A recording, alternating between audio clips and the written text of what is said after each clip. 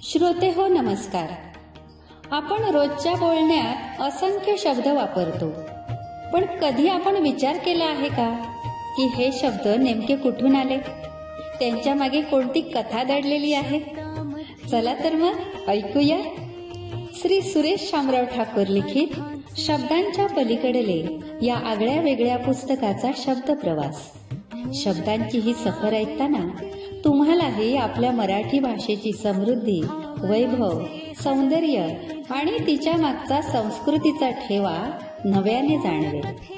चला तर मग या सुंदर आणि रंजक शब्द प्रवासाला सुरुवात करूया. शब्दांच्या पलीकडले. रसातळ. रसिक हो, हा शब्द आपणाला सापडतो तो पौराणिक कथा, आरत्या आणि शापवाणीत. जसे रावणाचे 14 चौकड्यांचे राज्य अखेर रसातळाला गेले. राजकारणी नेते सतत आपापसात भांडत राहिले तर हा देश कधी रसातळाला जाईल हे कळणार देखील नाही, हे आपले नेहमीचे वाक्य. दशावताराची आरती आपण सर्वजण मोठमोठ्याने ओरडून गात असतो तेव्हा रसातळाशी जाता पृथ्वी पाठीवर घेशी, परोपकारासाठी देवा कासव झालासी. म्हणताना एक विचार मनात येऊन जातो, पृथ्वीचे एक नाव रसा आहे, पण तिचा तळ कोणता? पृथ्वीच्या तळाशी जाणे म्हणजे पाताळात जाणे हे आपणा सर्वांनाच ज्ञात आहे. पाताळ हा पृथ्वीचा सर्वात अखेरचा तळ. पुराणात पृथ्वीचे 7 तळ सांगितले आहेत: अतल, वितल, सुतल, रसातल, तलातल, महातल आणि 7वा पाताल. यात 4थ्या क्रमांकावर आहे तो रसातल.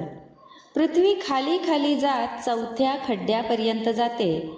त्या ठिकाणी कूर्म अवतार धारण करून देव पृथ्वीला तारणारे कासव होऊन पृथ्वीला पाठीवर घेतात. पाताळात गाडले जाण्यापेक्षा रसातळ चांगला, कारण सर्व तळात तो मध्यभागी आहे.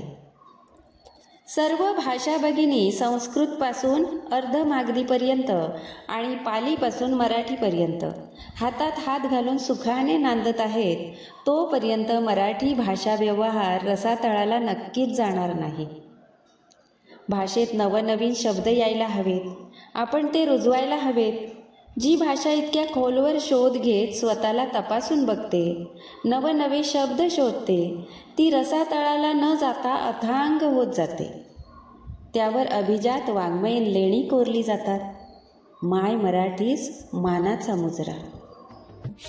मित्र हो, शब्दांचा प्रवास कधीच थांबत नाही, कारण शब्दांच्या पलीकडेही एक सुंदर जग दडलेले असते.